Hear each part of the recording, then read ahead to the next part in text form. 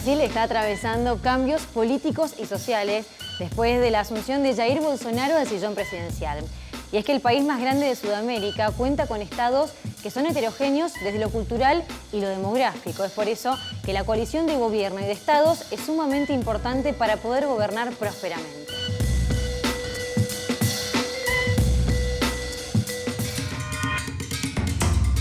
Hablar del Congreso brasilero tiene características similares al nuestro. Tienen dos cámaras, es bicameral, en donde la Cámara de Diputados representa a la nación o al pueblo brasilero y el Senado representa a los estados, es estadual. Es la misma lógica que tenemos nosotros. Lo que varía es la forma en que son electos los candidatos en un lado y en el otro. En Argentina nosotros tenemos el sistema representativo en donde se elige por DONT, mientras que en Brasil los diputados son electos por la constitución de un coeficiente. Lo que se hace es se divide la cantidad de votos que obtiene en general en la elección y se la divide por la cantidad de escaños o la cantidad de bancas que se disputa por estado y luego eso da un coeficiente que se lo utiliza para dividir la cantidad de votos que obtiene cada partido. Eso te dice cuántas bancas va a tener un partido X en cada estado, ¿no? Luego lo que se hace es como los votantes tienen la posibilidad de tachar u ordenar o cambiar el orden de los candidatos. Lo que hace después el Tribunal Superior Electoral es contabiliza la cantidad de votos que tiene cada candidato. Esto lo que fomenta es la personificación de las elecciones. Entonces, las candidaturas no solamente son peleadas entre partidos, sino que internamente son peleadas entre candidatos. Lo cual esto alimenta lógicas de negociación muy sectorizadas en un país tan grande como lo es Brasil. Entonces, los candidatos llevan adelante prácticamente como elecciones propias de presidentes. Esto, en la última década, ha hecho que la Cámara de Diputados se haya fragmentado. De hecho, estamos hablando de que el Congreso brasilero es el más fragmentado del mundo. En este momento, para el 2019, 30 partidos al menos están representados en la Cámara de Diputados, mientras que en la Cámara de Senadores estamos hablando de 21 partidos. En este contexto, en el que se conjugaron una crisis política con el impeachment de Dilma, la corrupción, la crisis social y marginal en la que se encuentra Brasil, que tiene altas tasas de criminalidad. Estamos hablando de que Brasil tiene el 3% de la población mundial, pero en lo que se refiere a homicidios tiene el 15%. Y el otro elemento es la crisis económica. Esos cuatro elementos se conjugaron y catalizaron y fortalecieron la candidatura de Bolsonaro ante una candidatura como la de Lula, la cual quedó postergada por diferentes razones, ya sea por las acusaciones de corrupción que lo terminaron llevando a la cárcel y después el posterior bloqueo que se realizó a la candidatura de Lula por parte del Tribunal Superior Electoral. Los movimientos sociales en Brasil también son de los más heterogéneos, de acuerdo al espacio geográfico, a las raíces o a las culturas de las que provengan. Es por eso que luego de algunos anuncios ya se han comenzado a organizar para poder hacer frente a las medidas que se podrían llegar a tomar luego de la asunción de Jair Bolsonaro. Hay una gran diversidad porque lo que llamamos movimientos y organizaciones, que en algunos casos son organizaciones más del tipo ONG, es decir, un poco más estructuradas, formalizadas e incluso con personerías jurídicas. En otros casos son organizaciones comunitarias, también más o menos formalizadas, y en otros casos son organizaciones de base muy pequeñas, pero con mucho activismo, que se coordinan de una forma más transversal y horizontal. Todo ese enorme conglomerado de organizaciones y a veces hasta de asociaciones momentáneas, como son las grandes manifestaciones públicas por Ni Una Menos en Argentina o por El INAO en Brasil, conforman lo que de algún modo englobamos en la categoría de movimientos sociales.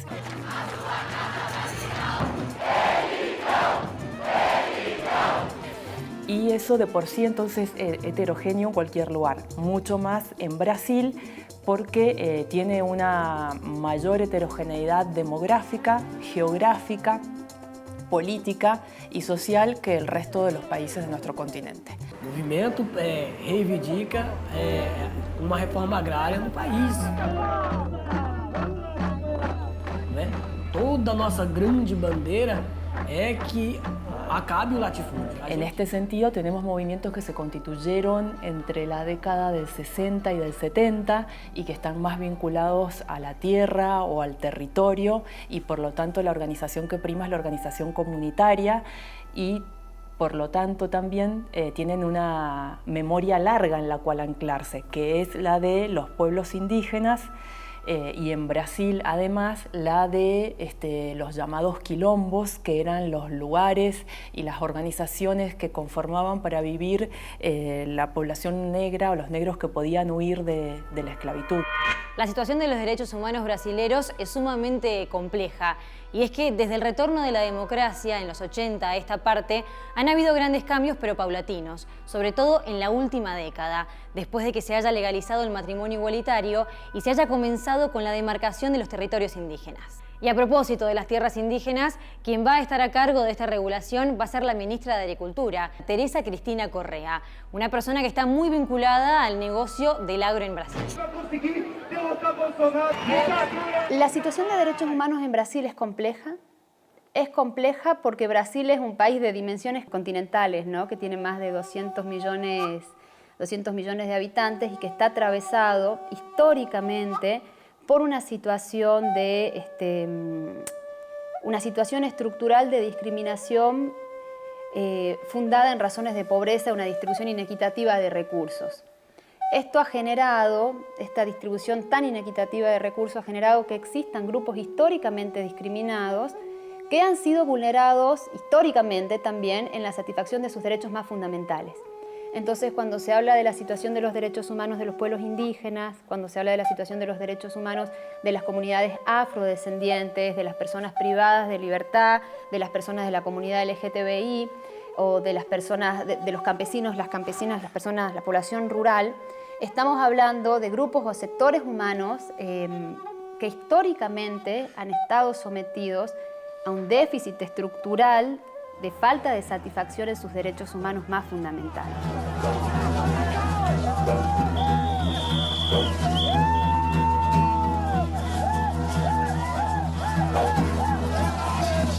No en el inmediato, pero sino desde la democracia, desde la recuperación de la democracia, esta parte, y esto lo reconocen los diferentes organismos de derechos humanos, se ha advertido que ha existido un compromiso en la búsqueda de una institucionalización de espacios políticos y gubernamentales, por supuesto, que avancen en el desarrollo y en la implementación de políticas de derechos humanos que busquen contrarrestar esta situación estructural, esta situación histórica, esta situación que los atraviesa como sociedade inteira, não? Pelo que a gente está vendo de uma linha do governo aí, dos deputados, que é a questão desses ruralistas aí, é que eles querem ficar mantendo uma pressão constante sobre os povos indígenas. Então, como ontem eu disse, e todos os líderes aqui indígenas estão preparando os jovens para a batalha. Então, nós morreremos, mas não vamos recuar. É um enfrentamento não só ideológico, mas de sobrevivência de vida. Ou preserva-se o meio ambiente, os mananciais e a natureza, ou deixamos de existir. La problemática indígena en Brasil es muy compleja.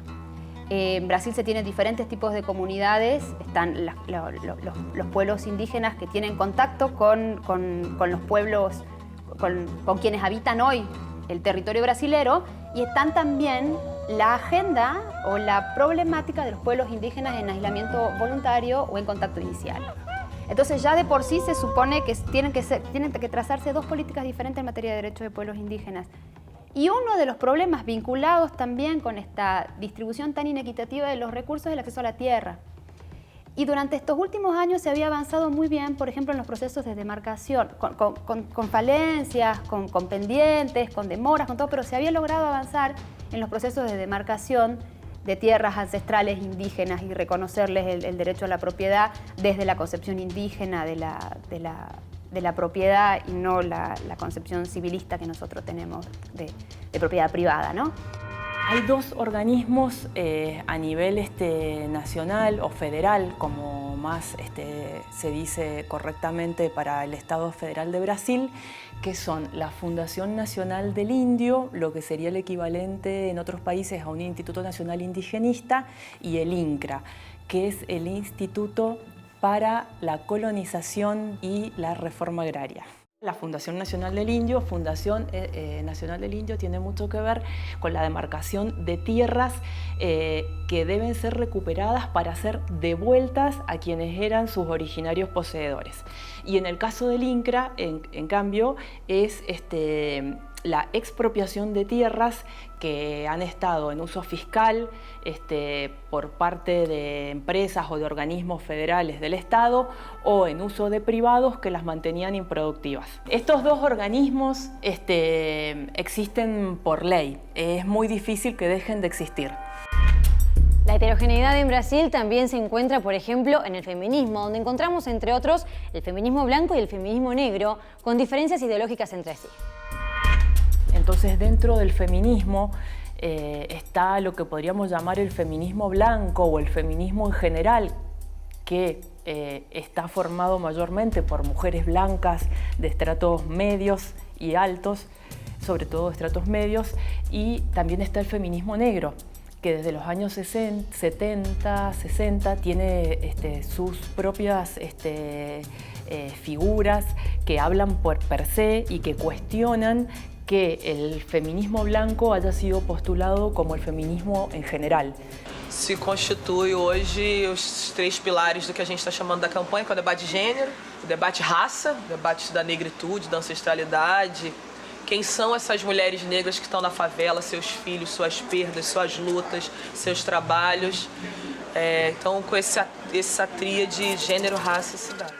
Estos estereotipos que se constituyeron de la mujer como una mujer débil frente a una sociedad machista que tiene que quedarse en su casa, hacer las labores domésticas y atender al marido y que es débil físicamente, es algo que todos y todas hemos creído, que es la representación de la mujer en la modernidad, hasta que las feministas negras, que en Brasil han sido muy importantes, tan importantes como en Estados Unidos quizás, seguramente tan importante como en Estados Unidos, nos hacen decir, no, las mujeres negras nunca fuimos débiles. Entonces, si el feminismo construyó una imagen de mujer débil, es porque puso en el lugar de lo universal algo que era particular de las mujeres blancas de clase media.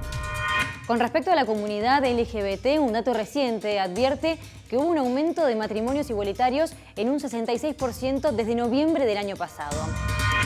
El problema o la lectura que se tiene que hacer hoy, si se quiere, de cuál es la situación del colectivo LGTBI, se ha puesto también mucho de manifiesto en cuáles han sido las movidas en diciembre. Por ejemplo, como el reconocimiento al derecho al matrimonio igualitario no tiene raigambre legislativa, sino judicial, se generó mucho miedo en función de qué es lo que puede pasar con el cambio de gobierno y el ejercicio de este derecho. Entonces, durante el mes de diciembre y de manera casi inmediata, ciertas declaraciones que realizó el presidente brasilero, se produjo un pico o un incremento notorio en la cantidad de matrimonios igualitarios que se produjeron en Brasil. Digo, eso es muy gráfico del temor del colectivo ante una posible pérdida inminente de pequeños y grandes avances que se habían logrado en los últimos años, ¿no?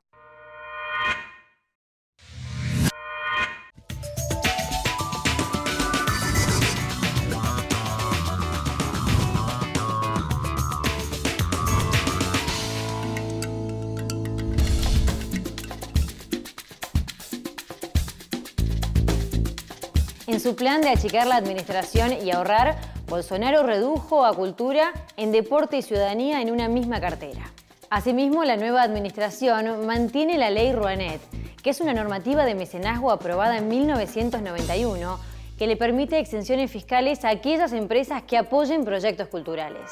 A través del llamado Ministerio de Ciudadanía se englobó el área de deportes y la Secretaría Especial de Cultura, al mando Enrique Pires, que en su primer declaración ya dijo que en términos tanto de costos cuanto de logística y proyecto, y citó la propia ley Rouanet, no hay demasiadas, en un primer momento no habría demasiadas preocupaciones de reducción.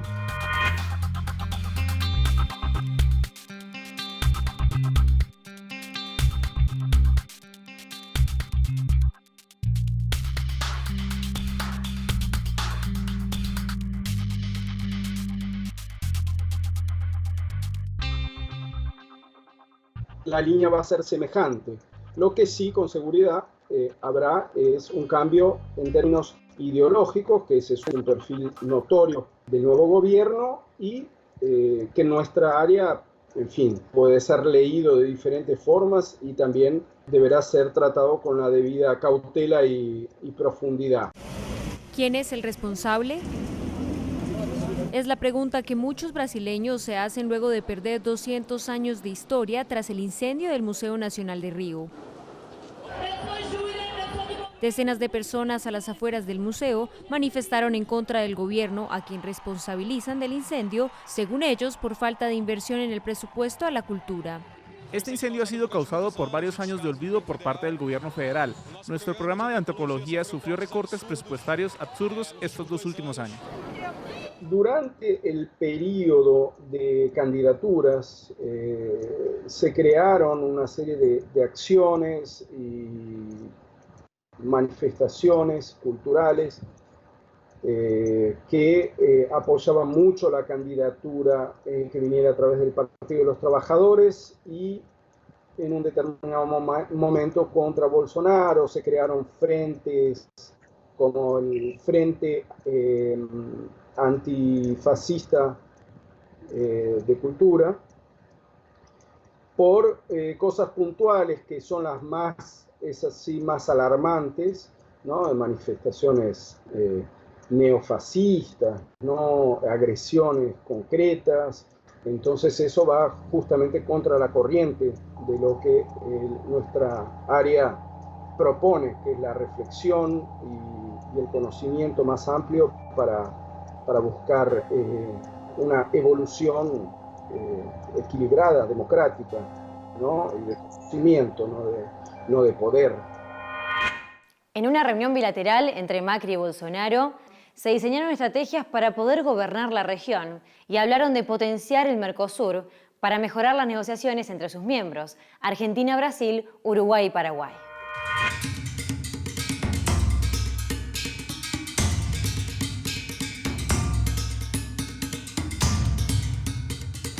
Creo que la relación comercial entre Brasil y Argentina siempre ha sido muy importante, muy importante.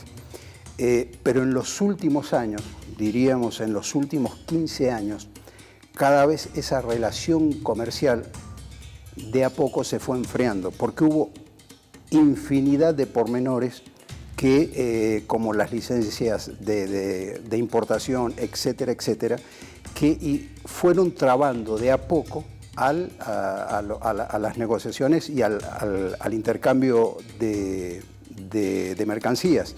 Entonces, la idea, precisamente ahora, es que todo eso se agilice. Así como hablamos al principio de la agilidad para con otros bloques, también hablamos de la agilidad para con el bloque.